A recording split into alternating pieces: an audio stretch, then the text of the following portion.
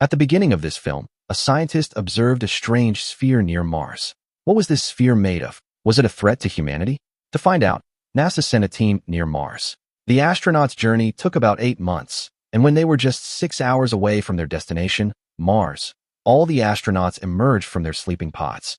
Among these crew members, we meet Carla. Carla is not only the main character of the movie, but also the in charge of the AI system on the ship. Here, she notices that one of her crew members, Robin, was in a strange condition. She thought that perhaps his odd state was because he had been in a hibernation pod for the first time. Carla told him to rest, and then got back to her work. During their conversation, the captain also arrived and assigned Carla the task of using the AI system to scan the sphere near Mars. They were not too far away, but Carla's AI system did not detect any sphere near Mars.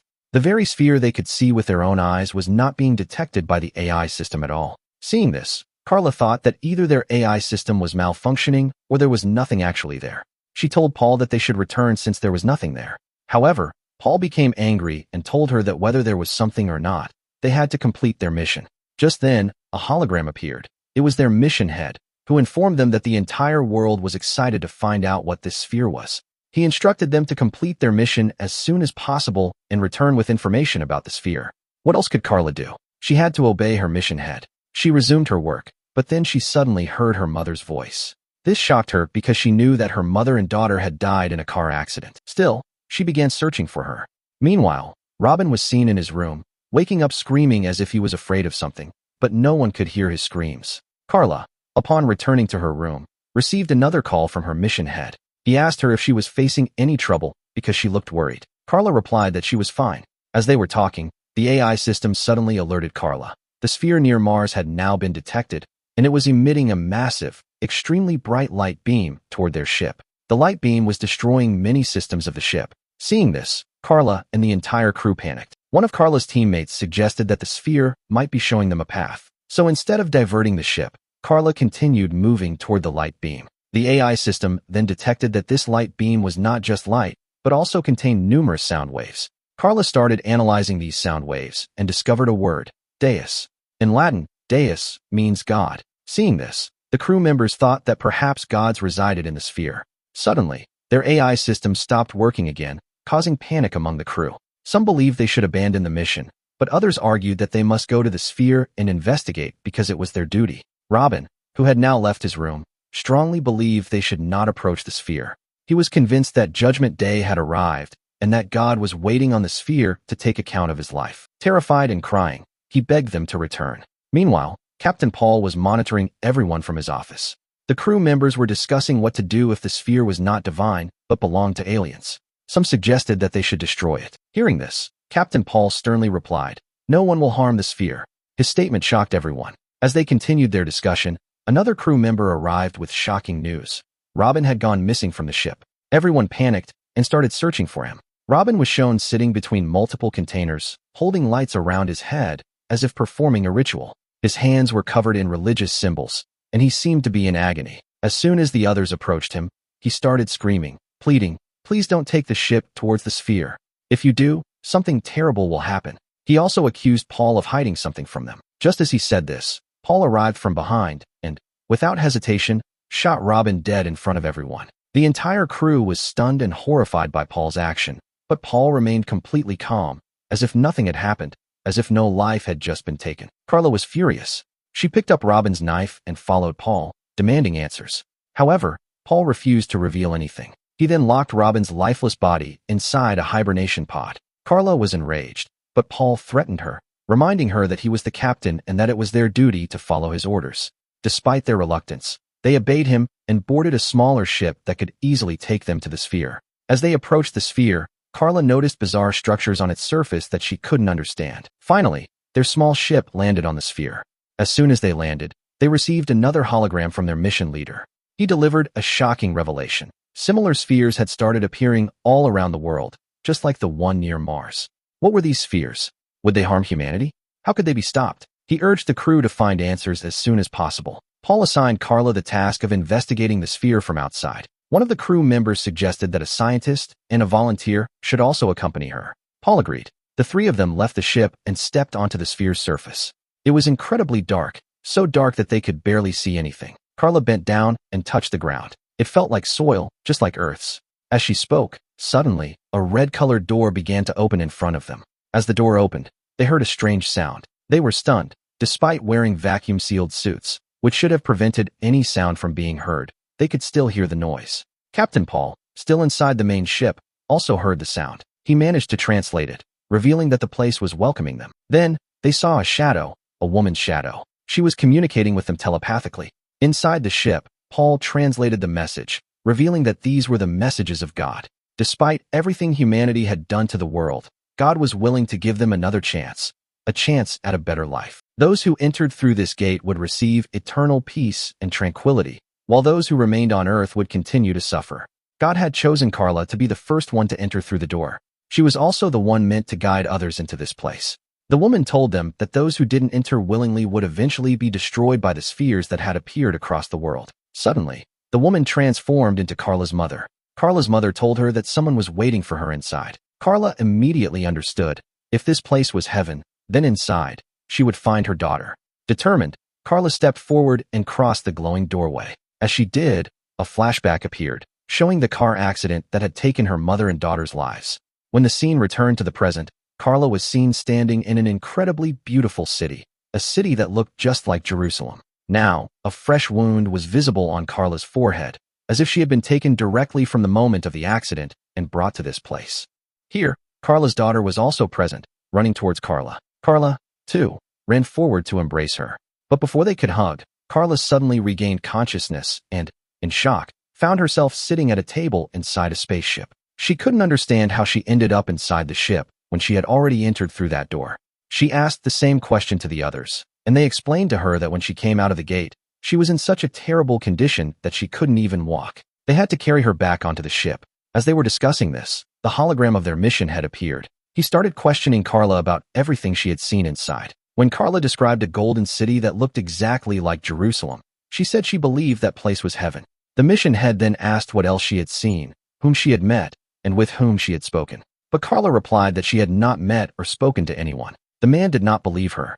Carla then asked about Sean, who had landed on the sphere with her.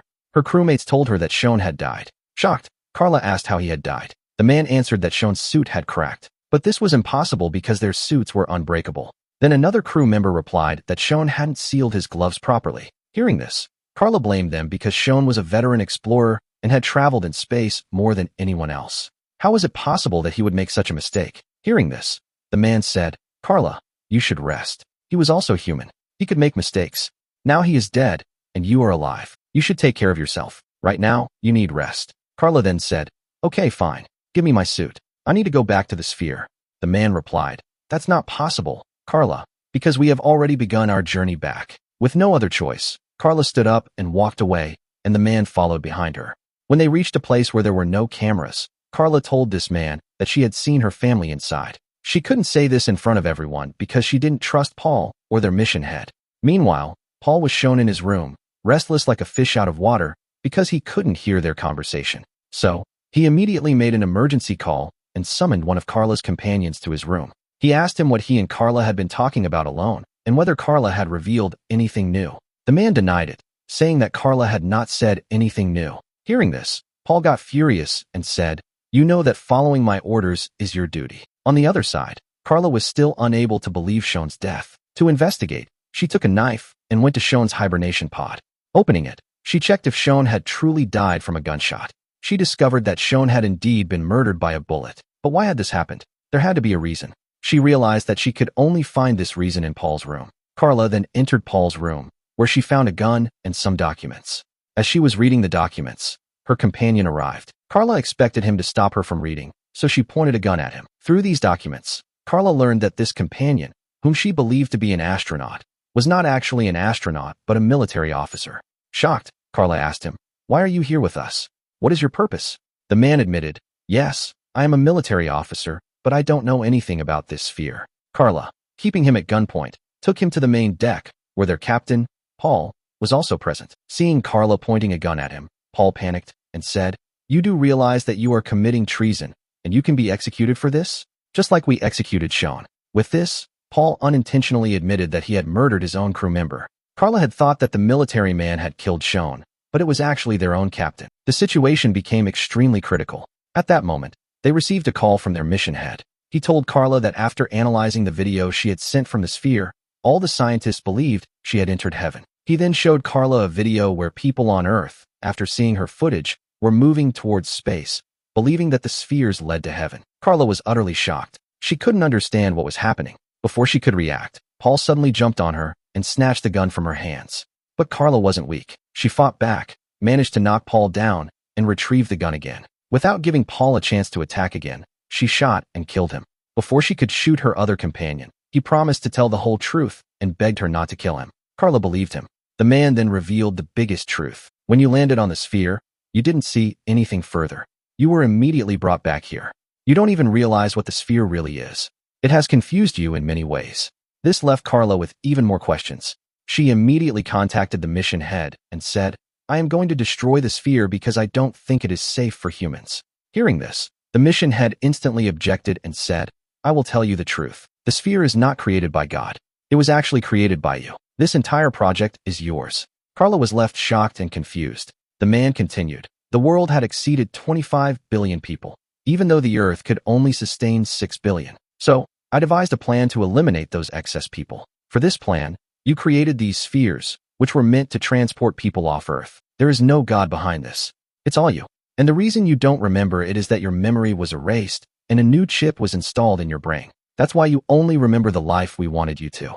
The mission head further explained, "This was my plan. I sent you to space and inside the sphere to record a video. This video was used to convince people that the spheres were heaven so that they would willingly leave Earth without bloodshed or chaos. People thought they were going to paradise, but in reality, they were walking towards their deaths."